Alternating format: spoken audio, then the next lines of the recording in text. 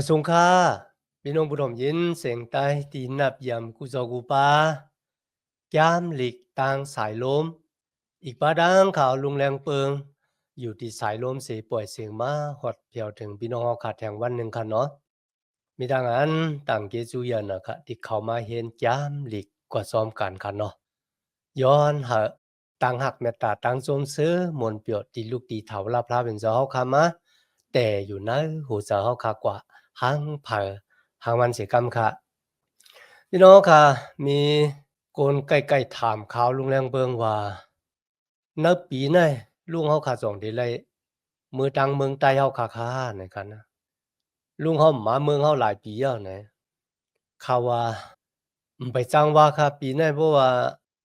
เมืองใต้เฮาค่ะปลอดห้องปลอดซานมีดังกระเตียนแคมสาก็ข่าวก็ที่ไรมือเหลี่ยมมือเจ้าพี่น้องเฮาในกันเนาะที่แต่มันค่ะวายเส2019ค่ะเนาะโควิด19ป่อเป็นมาดอกว่าถึง2025เนี่ย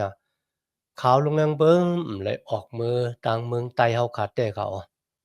ก็เพื่อสังกะละเพราะในจังก็เพื่อว่ามันมีหลายสำหลายเปิงค่ะว่าได้เป็นโควิด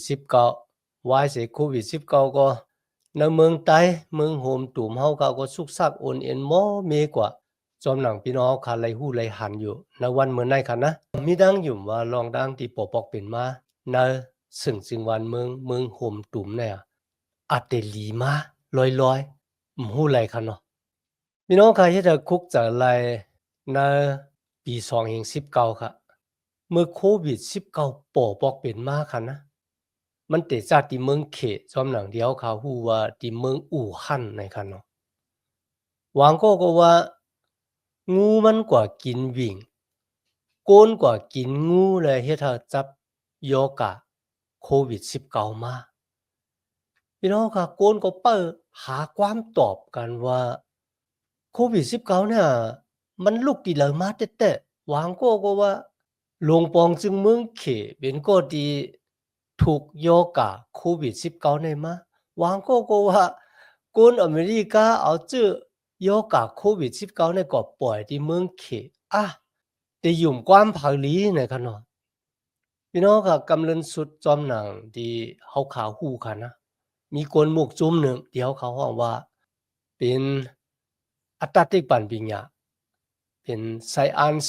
นักวิทยาศาสตร์นะครับคนไทยฮ้องจังไหนกันนะ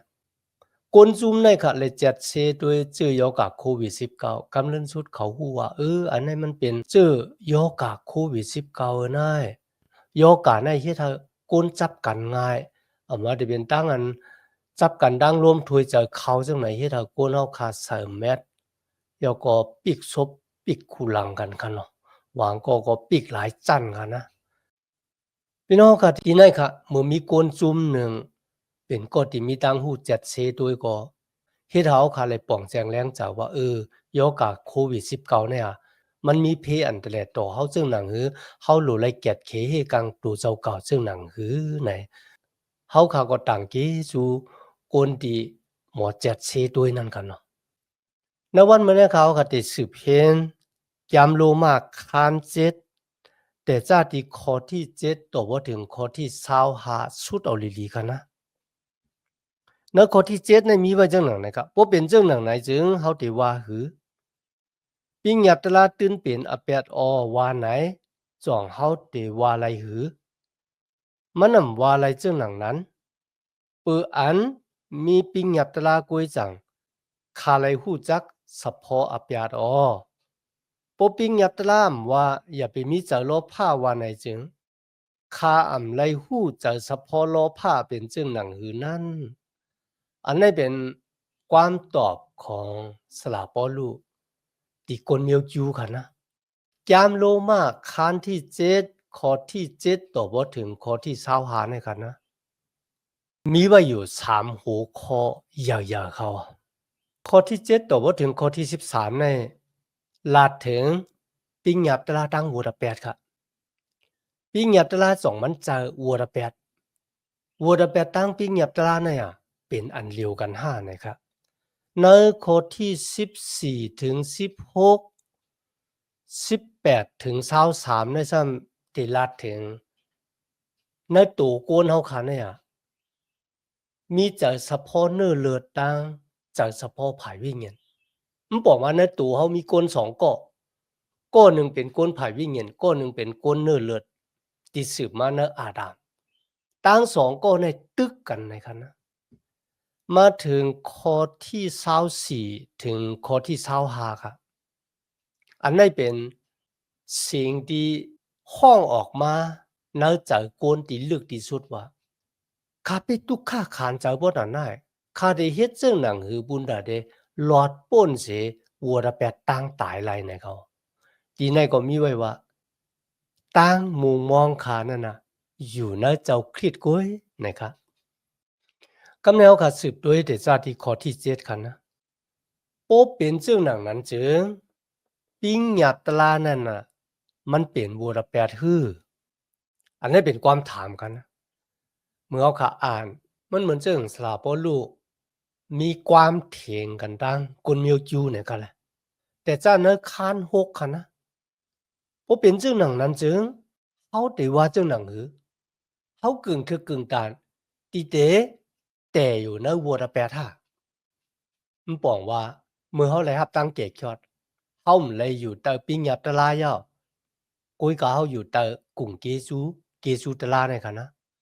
พวกเขาไม่เลยอยู่แต่ปิ้งหยับตะลาก็พวกนั้นว่าเขาหลุดเฮ็ดวัวระแปด10กว่าห้าในคันในคานเจ็ดข้อที่7ในซ้ำมีความถามทางว่าโอ้เป็นจังหนังไหนจึงเขาได้ว่าจังหนังเหรอปิ้งหยับตะลานั่นน่ะมันเป็นวัวระแปดห้าในเขาก็มันต่างกันเนาะมันเหมือนจังสลาปอลูลาดว่าปิ้งหยับตะลาตั้งวัวระแปดเหมือนกันก็แปลว่าสลาปอลูว่าเพราะว่าเขาป่นเสวัวระแปดเขาก็ป่นปิ้งหยับตะลาในกันนะเมื่อเขาตายต่อปิ้งหยับตะลาเขาก็ป่นเสวัวระแปดมันเหมือนจังปิ้งหยับตะลาตั้งวัวระแปดเนี่ยเป็นอันเดียวกันเนี่ยสลาปอลูลาดว่ามันนำจะปิ้งหยับตะลามันจะวัวระแปดปิ้งหยับตะลานั่นน่ะเป็นอันลีนะครับเพราะว่าปิ้งหยับตะลามันลาดว่าอย่าไปมีใจโลภะในข้าก็บ่ฮู้ว่าตั้งอันมีใจโลภะนั้นมันเป็นจังหือและตั้งอันมีใจโลภะนั่นน่ะมันเป็นวัวระแปดมันเป็นตั้งพิษในข้าก็บ่ฮู้ก็เพราะฉะนั้นที่เขาฮู้ว่าใจโลภะมันหลีเนี่ยก็เพิ่มมีปิ้งหยับตะลาพระเป็นเจ้าเขาเลยซับแรงสร้างล่างจังไหนกันนะเหมือนจังมีเสียป้าหนึ่งก็เอาลองของจื้อยอกับโควิด19อีกป้าดังผู้ที่เจ็ดเสผู้ที่หู้ลองจื้อยอกับโควิด19และหู้ลอกลายต่างอันเดแกดเขตัวเจ้าเก่ากำในพวกเขาว่าจื้อยอกับโควิด19และต่างผู้เจ็ดเสด้วยจื้อยอกับโควิด19เนี่ยมันเป็นอันเดียวกันบ่ไหนจึงมันนำเจอค่ะจื้อยอกับโควิด19ก็เป็นจื้อยอกับผู้ที่เจ็ดเสด้วยจื้อยอกานั่นน่ะมันก็เป็นโกนแทงจุ่มหนึ่งเขาฮู้ว่าจื้อยอกาเนี่ยมันหายแฮงบ่กะเอยก็หลู่ไลแกดเคตัวเจ้าเก่าจึงหนังหือเนี่ยก็เพราะฉะนั้นจื้อยอกาและตั้งโกนที่เจ็ดเสด้วยจื้อยอกานั่นน่ะมันน่ะมันจะอันเดียวกันเหมือนกันที่ไหนก็ว่าวัวระแปดเหตั้งปิ้งหยับตะลาเนี่ยมันน่ะมันจะอันเดียวกันปิ้งหยับตะลาพระเป็นเจ้ามันเหมือนจังเป็นกฎที่แจดนั่นกันนะกฎที่แจดเสด้วยยอกาว่า โยกะโควิด19เนี่ยมันหายมันแฮงบ่กะหือมันติดจับกันจังหนังหือเฮาได้เปิดเกียรติเคตัวเจ้าเก่ามาเฮาจับโยกะจังหนังหือปิ้งหยับตะลามันเหมือนจังหนังผู้ที่เจ็ดเสฮู้จักจื้อโยกะแล้วก็ฮู้จักล็อกลายบุญดาได้เกียรติเคตัวเจ้าเก่าสละบ่รู้รับมันจะปิ้งหยับตะลาและต่างวัวระแปดมันนำจะอันเดียวกันวัวระแปดมันอยู่ในตัวโกนเฮาปิ้งหยับตะลาพระเป็นเจ้าเป็นรองอันหลีเฮ็ดให้เฮาฮู้จักว่าอันละหลีอันละจ้าหรือสินั้นก็ไหนกันนะสมาแก้มลิกปิ้งหยับตราพระเป็นเจ้ามันเหมือนจังหนังเป็นแอบจำพี่น้องเขารู้จักแอบจำกันเนาะเฮาหลุเลยอยากแอบจำกูวันค่ะนะปุณดาได้ตุ้ยนาตัวเจ้าเก่าว่ามันเป็นจังหนังหือมันกูดีละหลูเมดีละในคันเนาะปิ้งหยับตราเหมือนแอบจำในคันนะกุยกะ แอบจำนั่นน่ะมันเปี้ยหนีเฮาไลว่าเฮาเป็นก้นจึงหนังหือจังซี้ค่ะกุยกับมันน่ะหมอมาเจ็ดปันเฮาหมอมามีปันเฮาไลอันนั้นเป็นปิญญาตละสละบ่รู้ลาดว่ามือกูบ่ขยามเป็นก้นจึงหนังนั้นถ้าเขากับสิบ จำเจอ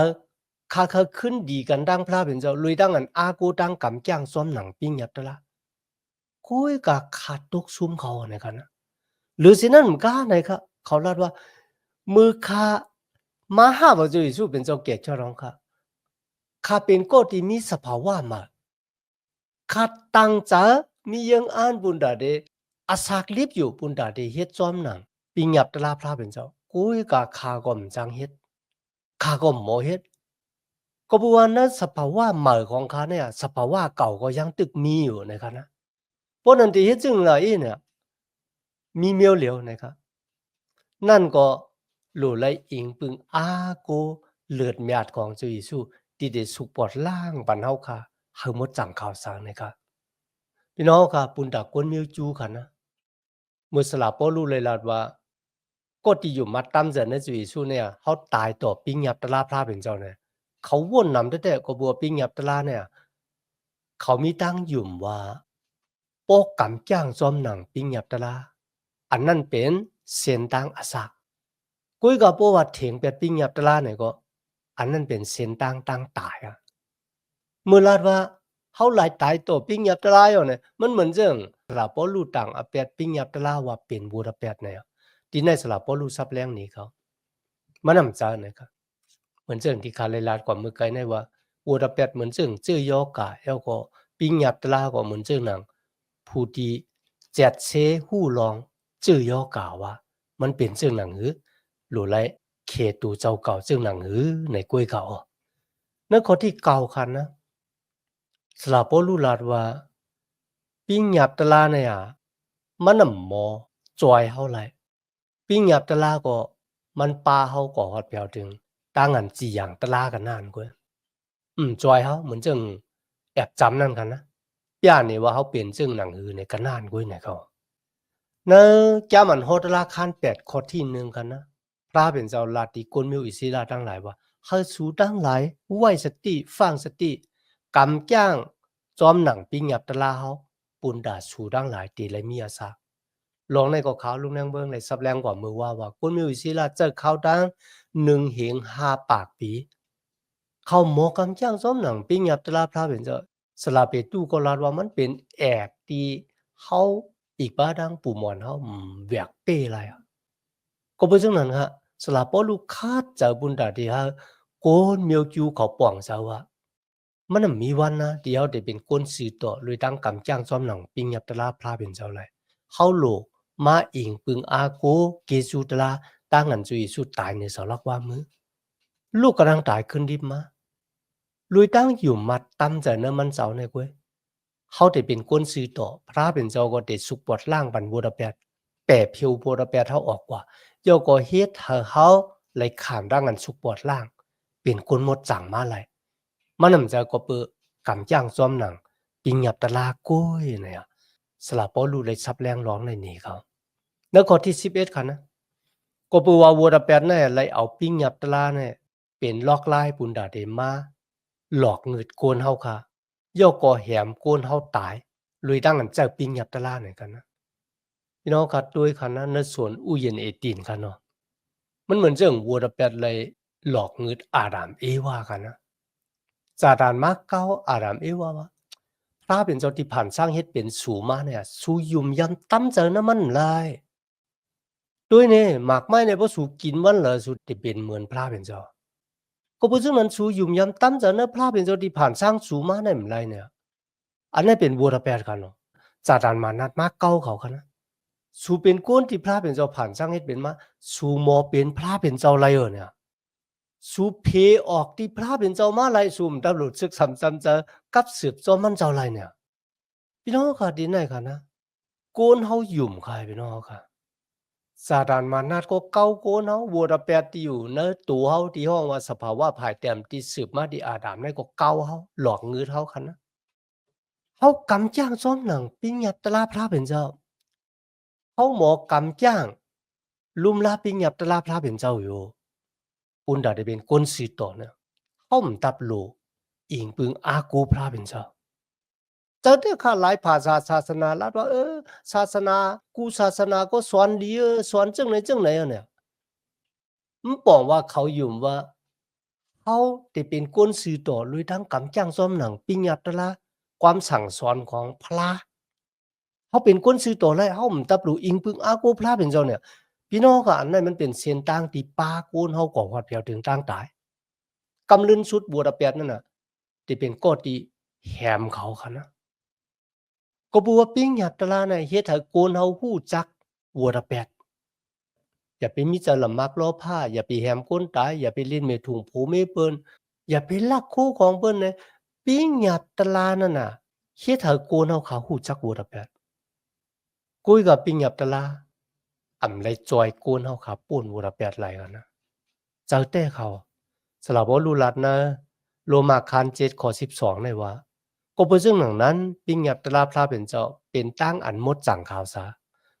ขอความเนปิ้งหยับกว่ามดจังเมียตาเพลงและเป็นตั้งอันหลีงามแต่ๆในเขาป้นอันนี้สังขละที่เฮ็ดให้โกนเฮาค่ะมีบทแปดป้นได้จังอันนั้นก็เป็นใจเฉพาะของโกนเฮาค่ะสภาวะภายแต้ม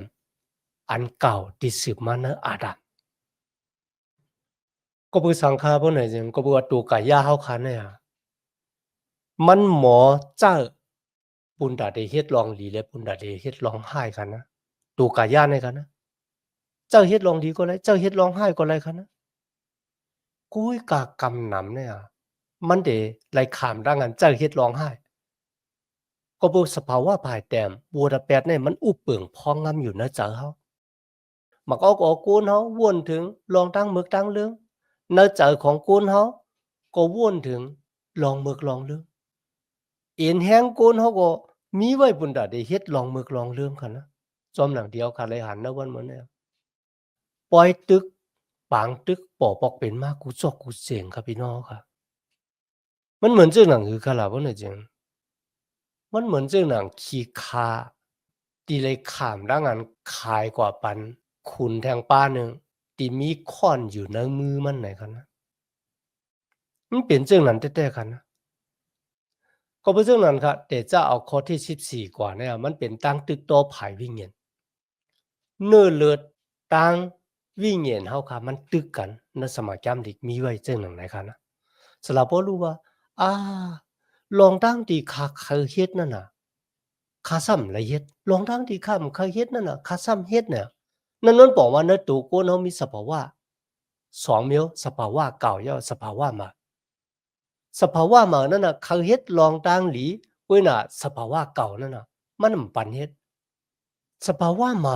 เคยเฮ็ดลองเมือกลองเรื่องกุ้ยก็สภาวะเก่าซ้ำย่ายุก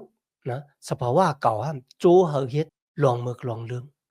ข่าวลงนางเบิ่งอยู่ว่าลูกหลานตะเปเจ้ากูก่อนเนี่ยยามมีดังอันตูทบตาเนาะร้องได้กันนะมีหวังสำวางเปิงเฮาใครเฮ็ดให้อีดกันนะละเฮ็ดผิดกว่าพี่น้องเฮาค่ะมื้อละเฮ็ดผิดกว่าเนี่ยจะเรียกข้อคมน่ะอะก็บ่สังคาเฮ็ดล่ะเนยเนี่ยอันนั้นมันเป็นสภาวะตัวเก่าโดยทั้งที่เฮาบ่เคยเฮ็ดกันนะมื้อเฮ็ดผิดกว่าจะเรียกข้อคมเอาย้อนตีพลาเป็นเจ้าย้อนตองป่านกันนะอันนี้เป็นสภาวะใหม่ที่อยู่ในตัวเฮาพระเป็นเจ้าแค้นดอกปูดว่างควางหลอดปันคาสิกรรมเนี่ยพี่น้องเขาค่ะเลยตัวหันนะจุดาสักสลาปอลูเนี่ยณตั้งอันตึกโตภายวิญญาณในค่ะนะสภาวะตัวเก่าและตัวใหม่เนี่ยมีอยู่3ปอกปอกที่1นั่นก็นกาปานที่เขาเป็นโกนที่อยู่ในมุกซุมบาลิเซเขามีตั้งยุ่มยำว่าปุนตาเดเป็นโกนที่ขึ้นหลีกันตั้งพระเป็นเจ้าเนี่ยเขาหลุเลยอิงปึงปิ้งหยับตะลาของโมเสสเขาหลุเลยอิงปึงคึงปลูกจอดที่พระเป็นเจ้ามักคานเอาไว้พวกเขากำจ้างเฮ็ดจอมปิ้งหยับตะลาและหลู่เครื่องปลูกจอดที่พระเป็นเจ้ามักคานเอาไว้เขาได้เป็นก้นซื้อต่อโก้ยกะเขาหลู่มามอกาคือก็หนาว่าเขายังฮู้จักตัวเจ้าก็ว่าอาข้าไปเจอก้นซื้อต่อรวยปิ้งหยับตะลารวยเครื่องปลูกจอดข้ามเลยขึ้นหลีกันดังพระเป็นเจ้าอีกอันนั้นเป็นปอกที่1อะมาถึงปอกที่2ค่ะนะวายเสกเขาเลยฮบทบเจ้าเยซูเหนือเส้นตั้งที่เขากว่าที่ดามัสกัสนะเขามีตั้งอันเต็บตัดสินใจว่าเดจ้ามือเร็วในกว่านะข้ามีสภาวะอันมาข้าเตกำจ้างซ้อมหนังปิ้งหยับตะลาพระเป็นเจ้าเดอาศักลิบอยู่บุญดาพระเป็นเจ้า ที่เปียงโปเจอในจุดาสักของเขาพี่น้องค่ะนั่นสภาวะตัวเหมือเนี่ยมันมีเอ็นแห้งค่ะนะข้าได้เฮ็ดจึงเงินเนี่ยกำเลยมาถึงปอกที่สามมาถึงปอกที่สามเขาหู้ตัวเจ้าเก่าว่าเจอเฉพาะเนื้อเลือดตั้งเจอเฉพาะภายวิญญาณมันตึกกันปุ่นดาที่เอาตั้งเป้แหน่งเจอเฉพาะภายเนื้อเลือดเนี่ยหลูไลสักกับตัวครับสักกับตัวบรรจุเยซูคริสต์เยก็ย้อนหาวิญญาณมดจังของพระเป็นเจ้าเนี่ยเป็นผู้ที่เหตุการณ์ต่างเขาเป็นผู้ที่เหตุการณ์มาทั้งในตัวเขาเนี่ยย้อนเอ็นแห้งที่วิญญาณมดจังพระเป็นเจ้านี่ตั้งอันต่างกิจูพระเป็นเจ้าแต่ๆกันนะอันนี้เป็นลองตั้งที่เขาไล่โหบไล่ทบเขาลงเรื่องเบิ่งว่าอยู่มาพี่น้องเขาก็ไล่โหบไล่ทบเหมือนกันคัดจะกำจ้างซ้อมหลังปิ้งยับตะละมีอสักลิบอยู่ในสภาวะอันมาปุนดาเดหาพระเป็นเจ้าปิ้งโปจะหลูกำจ้างจังไหนกุ้ยก็ยังตกซุ่มอยู่จอมหลังเดียวค่ะหันสลาปรู้เนี่ยเขาลาดว่าจังหนังนึงครับเขาหลูเลยค่าจะแต้มลงต่อพระเป็นเจ้าสักกับตัวเขาวิ่งเงินมดจังพระเป็นเจ้ามาอุปึ่งพองงำในจุดาสักของเขาในกุ้ยเนี่ยวิ่งเงินมดจังพระเป็นเจ้าที่เป็นผู้ที่อ่อนส่งเนตังเขาพี่น้องกันนะวันเหมือนในกันนะเขาขาเลยหันลูกล่างตะเปเจ้าเนี่ยวางก็เนี่ยวันหนึ่งเลยวันหนึ่งเลยกันนะเขามีทั้งสุขสักในนาการต่างงานของเขากันนะเหมือนเรื่องพึงดีหานำพึงกันนะปั่นมาไว้นะมันไหลวินออกกว่าตีหมอกแล้วก็เอาน้ำหวานตีหมอกนั่นมาที่ห้างพึงของทุกข์ก็หวังก็เป็นกอมตินะจื้อเจ้าหวังก็เป็นผู้อุปเปิงจื้อเจ้าหวังก็เป็นก็ที่หับท่ามนาการนั้นได้กุ้ยก็เขามีตั้งศึกสำจำใจซ้อมอยู่เยซูคริสต์อาสาของเขาเนี่ยมันเหมือนเจิงว่าวิ่งเห็นมดจังพระเป็นเจ้าอะไรมาเหตุการณ์อยู่เนอาสาของเขาเฮ็ดให้เขาคือแต่ๆค่ะนะคือน่ะเหมือนเจิงที่จุยสูลาตินิโกตินค่ะนะโยหันคัน3ข้อ6ค่ะเนาะคนที่เกิดที่เนื้อเลือดมาก็เป็นเนื้อเลือด1โยหันคัน3ข้อ9ซ้ำว่าคนที่เกิดที่พระเป็นเจ้านั่นน่ะเตรียมเฮ็ดบัวละ8ค่ะเจอเขาก็ที่เกิดที่พระเป็นเจ้าเฮ็ดบัวละ8ค่ะปุ้ยก็หวังบอกกับเบอสังคริยันยังเฮ็ดบัวละ8อันนั้นเป็นสภาวะภายแต้มเป็นเนื้อเลือดของเฮาค่ะนะเฮ็ดบัวละ8ปุ้ยก็เจอสภาวะอันใหม่ที่เกิดมาที่พระเป็นเจ้านั้นมันบ่เคยเฮ็ดบัวละ8ค่ะนะเฮ็ดเดียวก็มันก็ขึ้นต้องป่านขึ้นกำเหลียวเดียวก็ปุณตาเตลุมลาดังศึกสำจำจะจอมพระเป็นเจ้าจอมวิญญาณมดจังของพระเป็นเจ้าณวันเหมือนนั้นกันนะก็ที่เกิดมาในพระเป็นเจ้าก็นั่นน่ะเต็มเฮ็ดบัวละ8ในใจแต่เขาสภาวะภายแต้มของโกเนาะค่ะนะมีลองลีสังเสียเมียวค่ะสภาวะหมาซ้ำมีเอ็นแห้งพวกนั้นที่เฮ็ดจึงล่ะพวกนั้นจึงนั่นก็อิงพึงอาโกแห่งดันโควิ่งเห็นหมดจังของพระเป็นเจ้าเพราะว่าพี่น้องขามาอ่านโรมาคาน7ข้อ23 24 25เนี่ยพี่น้องค่ะสลาบ่รู้ห้องออกมากำเหลียวกันนะข้าได้เฮ็ดจึงเหงือนะบุญดาเดป่นสิตั้งตุกข่าตั้งหยับผืดขานใจลงได้เนี่ยมันเหมือนจังว่าเขามีตั้งมุมมองเอาเพราะว่าเดอาโกเอ็นแห้งของตัวเจ้าเก่าสภาวะมาในตั้งอันเกิดมาในพระเป็นเจ้าปุณตาได้เฮ็ดให้จุยสู่เปียงโปเสอเนี่ยมันเหมือนจังว่าข้ามีเอ็นแห้งที่ได้เฮ็ดเลยอีเดียวข้ามีเจอใครเฮ็ดลองหลีกุ้ยก็ข้าซ้ำกว่าเฮ็ดร้องไห้ที่ข้ามใครเฮ็ดข้าซ้ำไรเฮ็ดกว่าเนี่ยพี่น้องค่ะเขาฮ้องออกมากุ้ยก็เขาเลยตกซุ่มตั้งมุมมองค่ะนะเขาว่าจังค่ะ ในข้อที่25มีไว้จังหนังนะครับข้าต่างเกจูพระเป็นเจ้าก็เปิดพระเป็นเจ้าเยซูคริสต์แก่เสเอาขานั่นก็เปิดลองดังให้แลอันข้าเป็นอยู่ในจ้ำตัวข้าเอาตั้งวิญญาณกำจ้างจอมตราพระเป็นเจ้าเสียแลเอาตั้งอโลเนื้อเลือดกำจ้างจอมอแปดตรามีเจ้าเยซูคริสต์ก้อยนะครับนะ ที่ได้จอยให้เขามีอสากลิบอยู่และเป็นอสากที่มดจังขาวสักเลย ก็บ่จังนั้นนะวันเหมือนไหนกันนะมีติมุมมองดีเลยเอาค่ะปุ่นดาโกนเฮาค่ะแต่มีอาศักตันที่เป็นเนี่ย